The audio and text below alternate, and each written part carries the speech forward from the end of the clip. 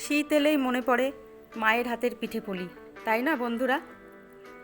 আজ আমি তোমাদের জন্য নিয়ে এসেছি নরম নরম নারকেল আর চাঁচির পুর ভরা খাঁটি বাংলার ঐতিহ্যবাহী ভাপা পুলি পিঠে। চলো তাহলে শুরু করা যাক। তার আগে দ্য কুকিং উইন্ডো চ্যানেলে তোমাদের স্বাগত জানাই। ভাপা পুলি বানানোর জন্য প্রথমে আমি এর পুরটা রেডি করে নেব। দেখো, এখানে 1 বাটি পুরানো নারকেল দিয়ে দিলাম, তাতে হাফ বাটি চাঁচি দিয়ে দিলাম ওই বাটির সাইজেরই। এটা আমি ঘরেই বানিয়েছি। 1 কেজি দুধ বসিয়ে রেখে দিয়েছিলাম গ্যাসটা কমিয়ে। তারপর এটা নিজে নিজেই চাঁচি হয়ে গেছে, আমি বিশেষ কিছু নাড়াচাড়া করিনি, সেই জন্য একটু চাপ চাপ হয়েছে, কিন্তু এখন ওটা ঠিক হয়ে যাবে।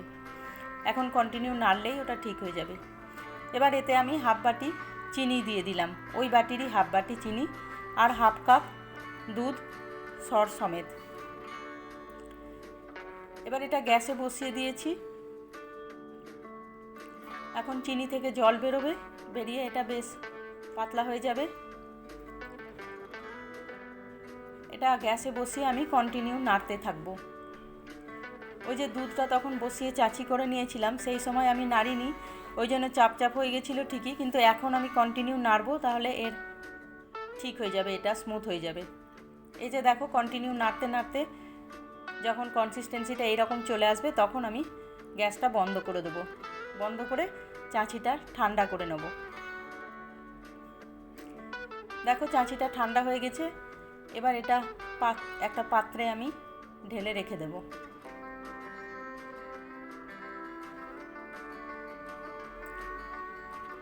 তারপর এদিকে গ্যাসে জল বসিয়ে দিয়েছি।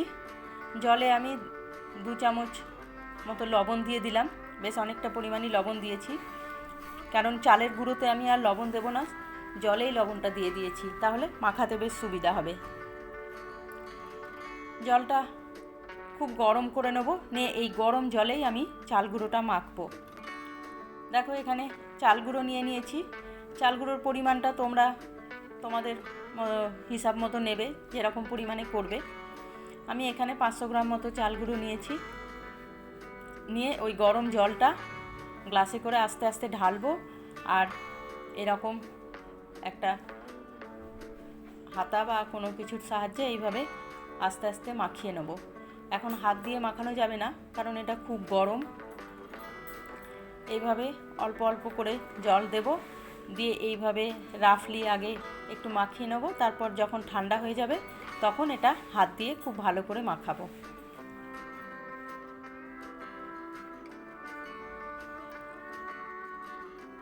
এই যে দেখো, এটা মোটামুটি ঠান্ডা হয়েছে, খুব ঠান্ডা হয়নি, এখনও গরম আছে, কিন্তু শীতকাল তো সেই জন্য হাত দেওয়া যাচ্ছে। এই যে দেখো, এইভাবে এটাকে মাখিয়ে নিলাম সুন্দর, ঠিক যেভাবে রুটির আটা মাখানো হয় সেই রকমই মাখতে হবে। দেখো, একটুখানি হাতটা দিলে, এইভাবে চাপ দিলে যেন আঙুলটা ঢুকে যায়, ঠিক এই রকম। এবার আমি একটা একটা করে পিঠে বানিয়ে নেব। আমি তোমাদেরকে দেখাচ্ছি কিভাবে বানাবো। এইভাবে হাতের সাহায্যে চাপ দিয়ে প্রথমে গোল করে নিতে হবে, তারপর এরকম একটা বাটি বানিয়ে নিতে হবে। এই যে দেখেছো কীরকম, ঠিক এরকম একটা সুন্দর পাতলা দেয়ালওয়ালা বাটি বানাতে হবে। তারপর অল্প একটু চাঁচি নিয়ে এর মধ্যে ভরে দেবো। চাঁচিটা যতটা বেশি পরিমাণ ভরবে, পিঠেটা কিন্তু ততটাই টেস্ট হবে। দেখো, এইভাবে 2 হাতে চাঁচিটা ভরার পর এইভাবে মুখটা বন্ধ করে দিতে হবে, দিয়ে এরকম একটু ডিজাইন মতো বানিয়ে নিলাম। সিম্পল বানালেও কোনো অসুবিধা নেই। এই যে দেখো, কেমন সুন্দর হয়ে গেছে না এটা। আমি আরও একটা দেখাচ্ছি তোমাদের। ওই রকমই অল্প একটু নিয়ে ওইভাবে গোল করে একটা বেশ বুড়ো আঙুলের সাহায্যে বাটি বানিয়ে নিতে হবে। নিয়ে এইভাবে পিঠের পুরটা, চাঁচির পুরটা ভরে দেবে, দিয়ে মুখটা বন্ধ করে দেবে। এটা বানাতে কিন্তু খুব বেশি সময়ও লাগে না, আর বানানোও খুব সহজ।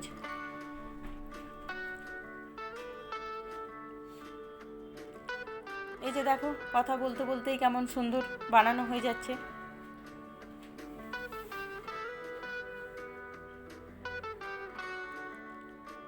দেখেছো কত সুন্দর হয়েছে। আমি এটা একটা সিম্পল বানিয়ে দেখাচ্ছি তোমাদের। যদি ডিজাইন করতে অসুবিধা হয় বা সময় বেশি লাগে তাহলে কিন্তু তোমরা এরকম সিম্পলও বানিয়ে দিতে পারো। এইভাবে সিম্পল মুখটা বন্ধ করে দিলেও হয়।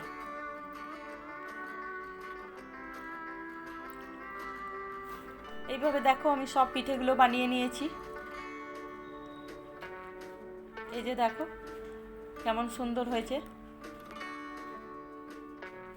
এবার আমি ওইদিকে গ্যাসে একটা কড়াইয়ে জল বসিয়ে দেব। দেখো জলটা বসিয়ে দিয়েছি, জলটা ফুটতেও শুরু করেছে। এবার এর ওপরে এরকম একটা ছিদ্রযুক্ত থালা রেখে তার ওপরে সব পিঠেগুলো একটা একটা করে দিয়ে দেবো। আমি এইভাবে ভাপেই বানিয়ে নেবো পিঠেগুলো। তোমরা কিন্তু ইচ্ছে করলে এটাকে জলেও সেদ্ধ করতে পারো। সেক্ষেত্রে যদি চাঁচিগুলো বেরিয়ে যেতে পারে, কিন্তু এইভাবে যদি সেদ্ধ করো তাহলে কিন্তু চাঁচিগুলো বেরিয়ে যাবে না। পিঠে যদি ফেটেও যায় তবুও কিন্তু বেরিয়ে যাবে না। সেই জন্য এইভাবে সেদ্ধ করলে বেশি সুবিধা। দেখো বেশি সময় লাগেনি, এটা 5 থেকে 7 মিনিটের মধ্যেই সেদ্ধ হয়ে গেছে। তারপর এটা নামিয়ে রেখে দিলাম, দিয়ে একটু ঠান্ডা হয়ে গেলে তারপর এটা তোমরা খেতে পারো। দেখলে তো কত সহজে আর তাড়াতাড়ি তৈরি হয়ে গেল ভাপা পুলি পিঠে। রেসিপিটা যদি ভালো লাগে তাহলে ভিডিওটা লাইক করে দিও, বন্ধুদের সঙ্গে শেয়ার করো। আর এমন আরও সহজ গ্রাম বাংলার রেসিপির জন্য চ্যানেলটি সাবস্ক্রাইব করতে ভুলো না। আবার দেখা হবে, বাই।